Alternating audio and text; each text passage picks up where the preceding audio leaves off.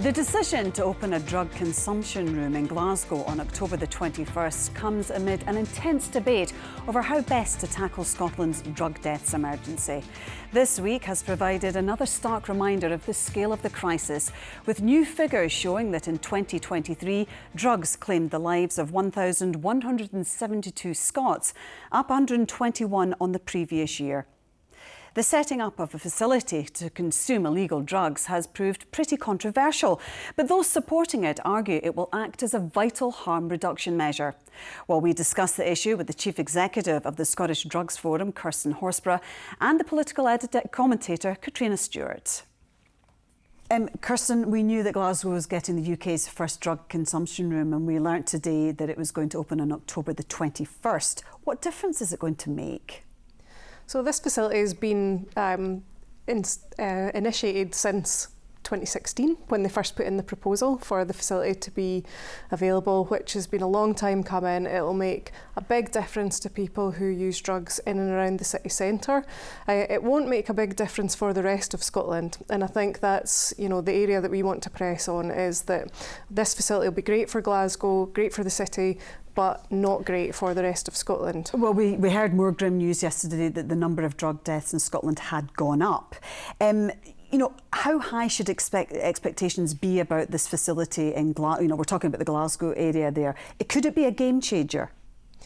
So this is one measure in a number of measures that need to be introduced in order to address the rising and the continued high rates of drug-related deaths.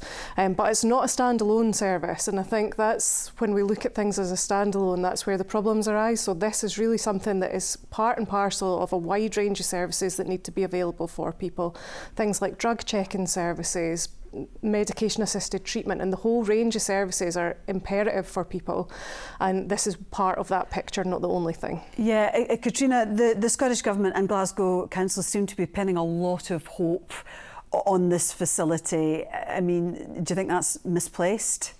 I think against the backdrop of the rising number of drug deaths this year, the Scottish Government is really looking for a positive line to push. They've been talking this week as well about enhanced rehabilitation services. And for Glasgow City Council, this is a really big win for them, because this was first mooted 2015, 2016. There has been pushback against it.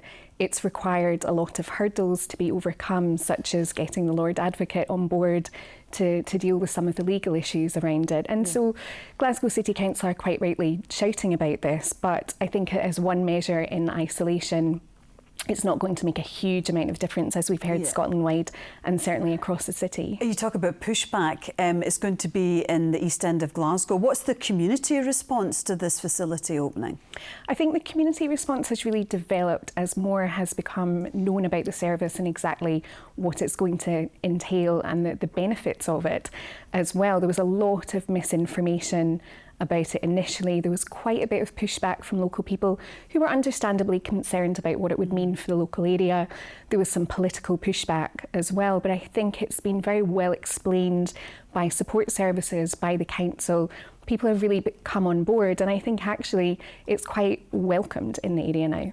So when it opens its doors, what's actually going to be happening inside the facility? Who'll be using it? So this facility will be for people who bring their pre-obtained drugs to the facility. Sometimes there's some misunderstanding about the facility actually providing the drugs. That's not the case. People bring drugs to the facility and they inject those drugs under the supervision of trained staff who are available in case an incident occurs, in case somebody was to overdose.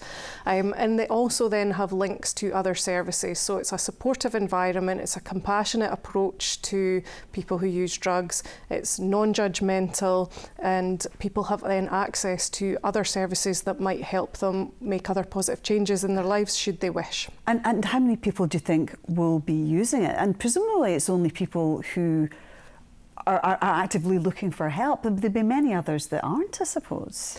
So it'll really be the main people who will use it will be people who are already injecting drugs in and around the city centre area, normally in really unsafe, unhygienic places, street-based locations, alleyways, under bridges, all sorts of places. So it'll be most likely people who are engaged in that who will use the facility. So we're talking kind of 20, 30 a day, or...?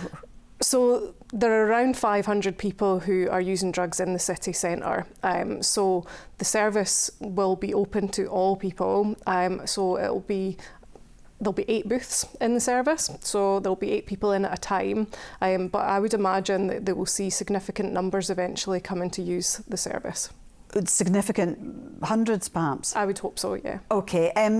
People are going to be taking illegal drugs, and there is some opposition to this facility, isn't there, Catriona? There has been. I mean, the UK government was quite vocally against it for a significant period of time, and it has taken a lot of work by the Scottish Government and by the Lord Advocate and by Glasgow City Council in particular, as well as the third sector organisations involved to progress this. It has taken a significant amount of time to introduce this, and I think that is because there is political and moral squeamishness around the topic, and sort of educating people about why services like this are necessary is really a huge part of not only overcoming these barriers to allow support services like this to be put in place. I mean, there's also another pilot project in Glasgow that does give opioids to people who are dependent on drugs, and there was huge pushback about that as well. But Scotland is in crisis. The drugs crisis was declared 5 years ago, and there are lots of really innovative different projects, but we're not seeing the impact in the numbers regarding the drugs deaths. And so there needs to be an allowance that we need to be creative and innovative in order to tackle the issue. Yeah, absolutely, to try something different. So how will we judge the success of the drug consumption room? Will it be as simple as the number of deaths will reduce each year? So thankfully there will also be an evaluation alongside the project which will look at a range of different factors, and it will be things like the impact on people who are using the service, how they've gone on to access other treatments and other supports, what harms have been reduced, the incidence of bloodborne viruses in the local amenity, has there been a reduction in discarded injecting equipment, what's the perception then of the neighbourhood and the local businesses, how does that change over time? So there will be a huge range of different things, the number of ambulance call-outs to the area. All of these things have been evidenced to improve in other countries, and there's no reason to say why that won't happen in Glasgow. Yeah, just in a couple of sentences, Catriona, I mean, there will be a lot of hope put on this. They'll be wanting to see results. They will be wanting to see results, but without significant investment in a variety of different options for people who have substance addictions, the progress, I think, is not going to be as trumpeted as perhaps the Scottish Government hopes it will. OK, we'll have to leave it there, but thank you both very much indeed. Thank you.